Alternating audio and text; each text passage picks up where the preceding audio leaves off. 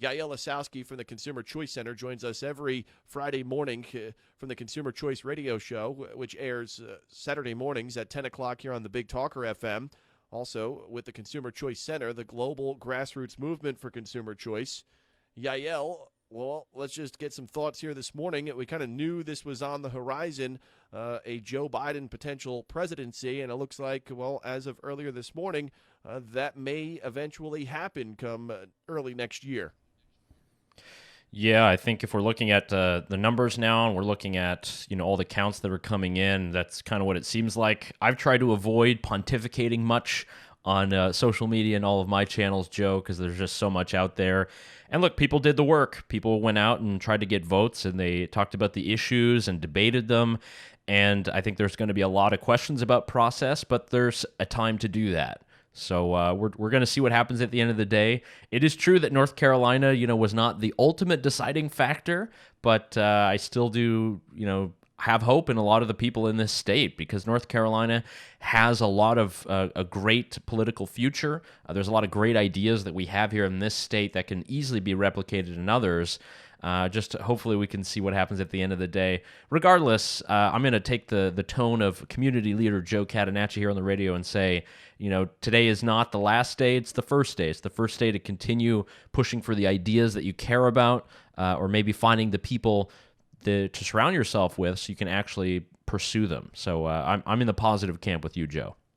And, we have to move on. That does not mean we're going to, you've moved out of the country, not for political purposes, but we're not going to move out of the country. We're going to continue to fight for the issues that we feel important and to continue to try and showcase, the candidates and the public officials who we believe are advocating for the things that we believe in as a country as it relates to, of course, the way in which we're governed and, the way in which, the government actors go about their business day to day. And we just, both of us have a very unique circle of people. Many, are apolitical. Some are in this business and do it for a life and a livelihood and are very passionate about these things. And, again, there is a role for politics. Maybe this is not the best business strategy to talk about other things that go on around the nation every day, but I think societal issues, are equally as important. The culture wars are equally as important. Frankly, I want to give a thanks to my friend Joel Johnson yesterday for joining us and putting some things into perspective on our program from a faith-based viewpoint. After the show, and once I get done with a few housekeeping items to wrap up my broadcast week, I'm going to go home, just as many people do after work, and I'm going to go play and take care of my kid and enjoy our day. The POTUS race is not affecting how I work to be a good dad every day. Exactly, and that's never where we draw our spirit and our energy from. It's never politics. We put everything that we know and all of our civil energy into politics because we believe in our ideas. And again, we've said it 1,000 times on this program, Joe, but the reason that we fight and work and try to get involved in politics and make sure that the right ideas are followed or try to influence the right people is so that we can go home at the end of the day. We have a nice private life. Our liberties are guaranteed, and we don't have to worry about any of the other riffraff. And I think that's what people want at the end of the day. If the result is something like divided government between the various chambers, all the better. It means no big laws, no huge reforms, no big crisis. We can all just kind of go back to normal. I know that for a lot of people, they're going to be upset at the result, but people are going to be upset at the result no matter what. And what really matters, though, is you just kind of look at everything around you and you figure out, how much is all of this worth to me and how much do I want to continue fighting for this? Maybe it's not always by the ballot box. Maybe it's just in your own life and what you do. And I think, Joe, that's something that a lot of your listeners probably live every single day. And I think a lot of people would just like a little more consistency, meaning consistency from the people that bring us the news and information day to day.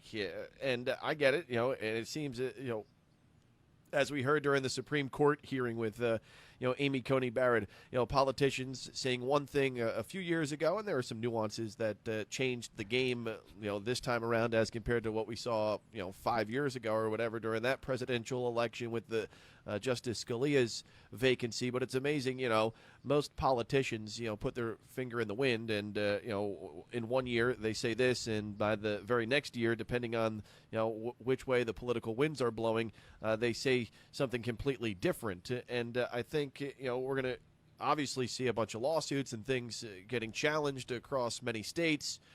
A reminder to folks down in Florida, Al Gore and his campaign and attorneys, litigated for 37 days in a single state. And we know President Trump, no problem, challenging things in the courtroom. That's kind of been his, MO, particularly when he was in the private industry.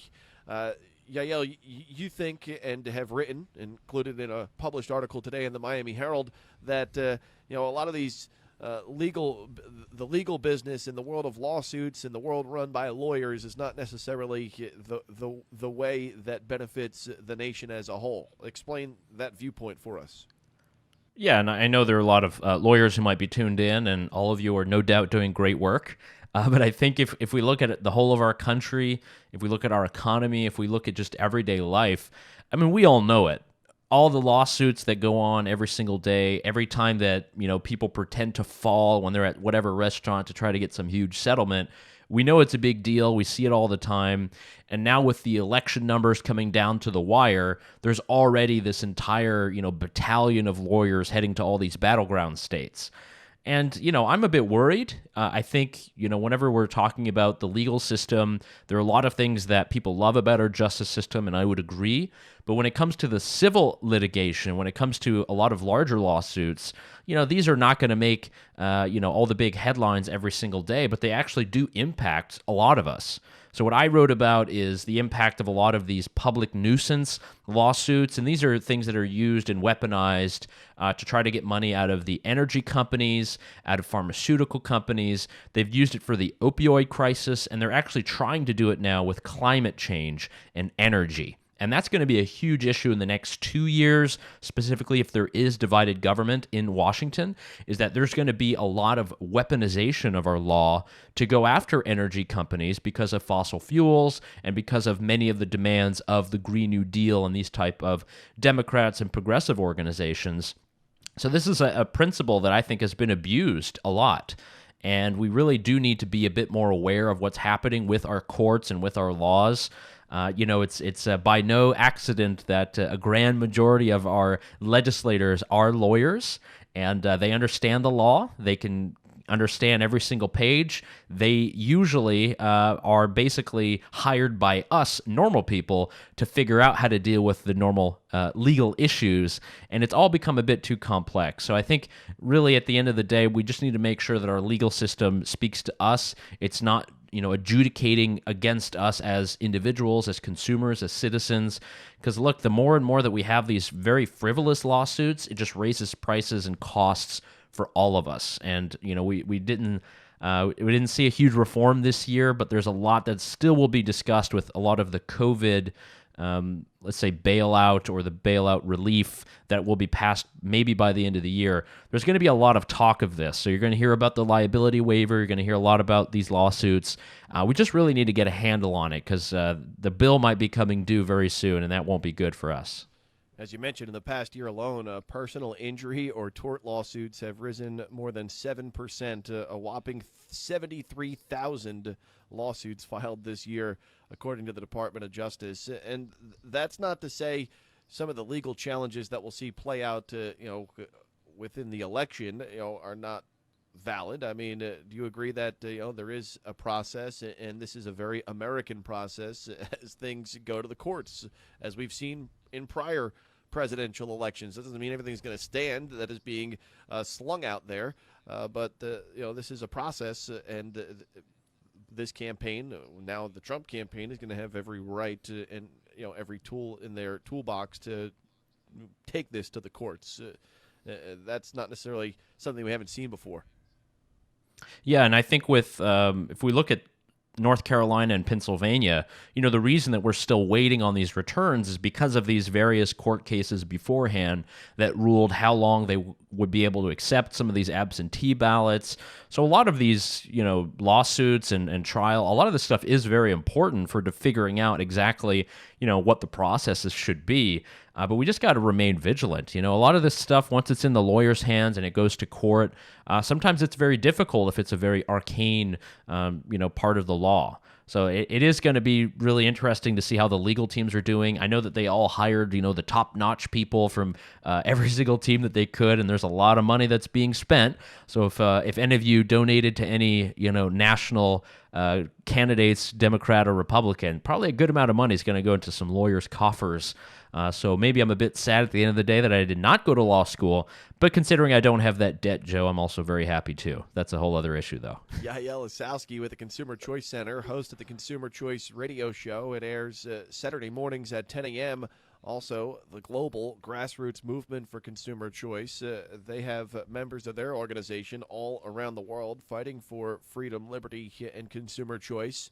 Yaël, when you take a look at what the week has been for yourself, obviously in Vienna, Austria, a very unusual set of circumstances played out right down the street from your apartment involving a terrorist attack. What was that like? The only time, and for myself, not that personally close, within proximity, but, obviously 9/11 rings a bell when we talk about terror, and my close proximity, just growing up outside of New York City and New Jersey. What was that like that night, having kind of to be hunkered down in your house and understanding that you're trying to wait kind of on pins and needles as to what news was going on right down the street from your home? Yeah, it's pretty crazy, Joe. I know a lot of people are pretty sleep deprived because they've been watching election returns. But for me, I was scanning the news to figure out if, this terrorist shooter that was loose on the streets of Vienna had been caught or not. And this was Monday evening here in Austria, in Vienna. It was right in the center, so less than a mile from where I live in my apartment. And it was a crazed gunman, apparently had pledged allegiance to ISIS, had already been arrested for trying to go to Syria to fight for ISIS there, was eventually deported back to Austria and went through the rigmarole of the reintegration, and he was let loose. And then a couple months later, purchased ammunition and went wild in the streets. And unfortunately, 4 people lost their lives here. The police officers were shot and injured, but they did recover. But, it just was insane to see that, this peaceful place, it's a neutral country. As probably many of your listeners are still very unaware of Vienna, there's not much that happens here otherwise. This is not a big turbulent capital. It's not London or anything else. But we have this happen in the streets. And, hopefully we'll get some kind of accountability and justice as to how this happened. But I'm thinking on the one hand about voting in the American elections and following the results, and at the same time, where I live with my wife and child, seeing, on the news, photos and videos on social media of a gunman in the streets. It was pretty terrifying. Luckily, they were able to take him out fairly quickly within 8 minutes, which is very good. That's almost SWAT-style precision from the Austrian commandos. But I tell you, Joe, it was something that we have not experienced here before, and it definitely kind of took me aback for a little while. It was crazy to see that happen so quickly. Yeah, well, we're happy that you, of course, and your family are safe.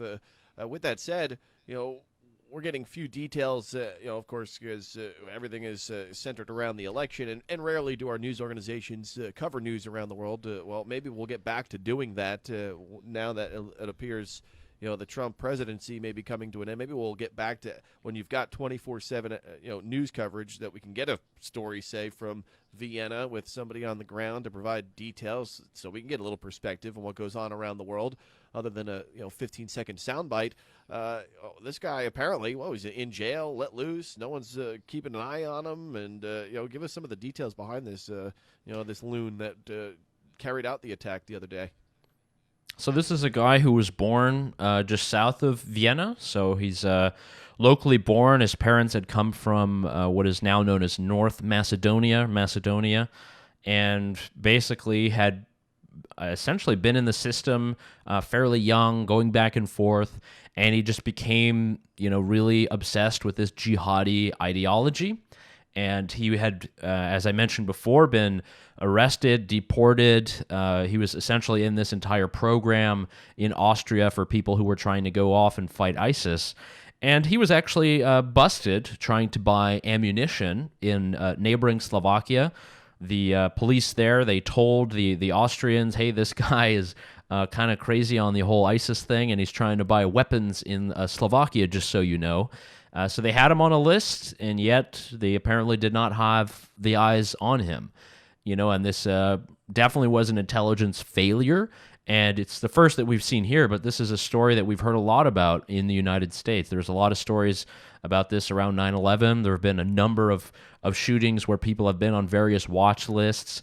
I would hope that we would not allow much of our politics to influence how these things are carried out, and we actually allow police officers to do their jobs and intelligence agencies to do their jobs, because there's actual human consequence at the end of the day. And we'll see what happens at the very end, but definitely not being covered in a certain way, and you only hear a little bit about it until some scandal breaks out. But this is nothing that anyone would wish in any of their countries, and that's why it's important to not have a politicized intelligence agency. It's important not to have a huge politicized debate around law enforcement. I mean, these are the people who keep you safe.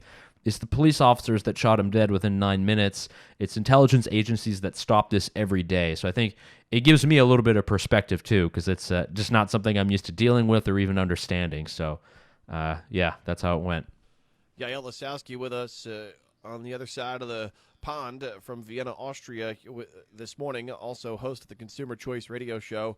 Yaël, again, well wishes, and we thankful that you guys are safe over there, and well, there's plenty of stuff going on here in the States, and we'll have to refocus our conversation just a bit. The next time we get together, away from the national political world regarding the election, but there's still a lot to hash out, and there'll always be something to follow, discuss, and present opinions on and arguments as to where we're moving. So life is going to go on.